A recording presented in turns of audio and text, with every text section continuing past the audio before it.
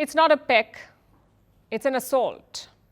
That was the slogan at a protest in Madrid last week. But why were these women protesting? It's because of an incident that shook Spanish football. 3 weeks ago, Spain's women football team were on a high. They'd just won the World Cup. They wanted to celebrate it. But one moment ruined all of it. It was when Spain's Football Federation chief, Luis Rubiales, kissed player Jennifer Hermoso. It was a kiss without her consent. But for Rubiales, it was just another peck. There was backlash, there were protests, there were calls for him to resign, but Luis Rubiales remained defiant until yesterday. The Spanish football chief has finally stepped down. The story is not a new one, though. A top boss abusing his power, women slammed for complaining, and accusations of a smear campaign. We've seen it so many times since the Me Too movement 5 years ago, which is why this resignation is so important.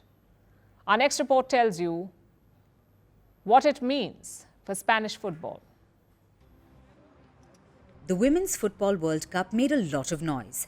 There was record viewership, stadiums were full, fans were excited. They were rooting for their favourite teams. It wasn't about gender, it was just pure football. But just when you thought football was levelling the playing field, one moment brought it all down.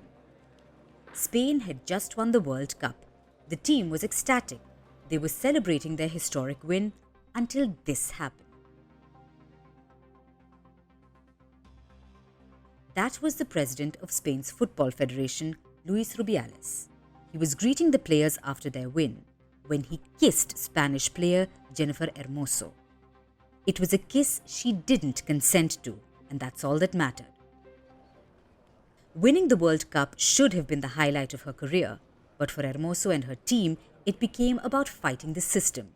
As for Rubiales, he remained defiant. He called the claims false. He painted himself as the victim of a witch hunt. He addressed a press briefing. If it wasn't in front of the eyes of millions, perhaps he would have denied that it happened at all. Before publicly murdering me, I am going to defend myself.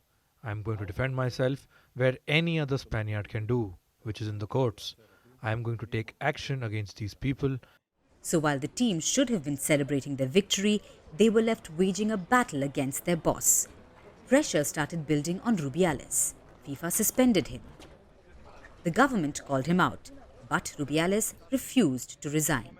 His defiance was so brazen, it brought thousands to the street. They wanted him out.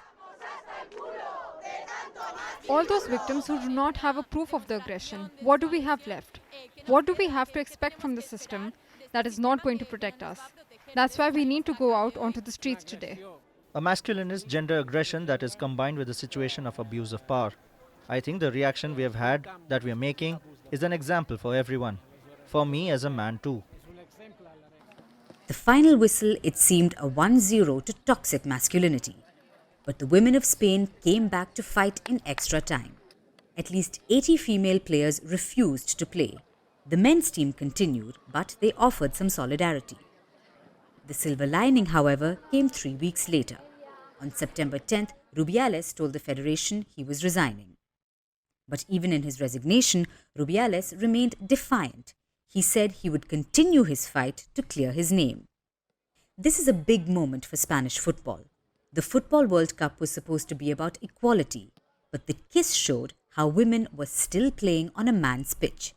It was supposed to be all about the win. Instead, it became all about this scandal. The achievements of the women were benched for the defiance and arrogance of one man. As for Spain, it goes beyond the sport.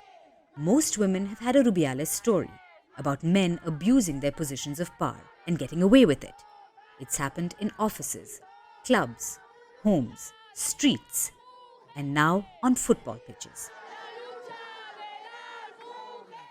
Rubiales' career may well be finished, but Spain's #MeToo moment is far from over.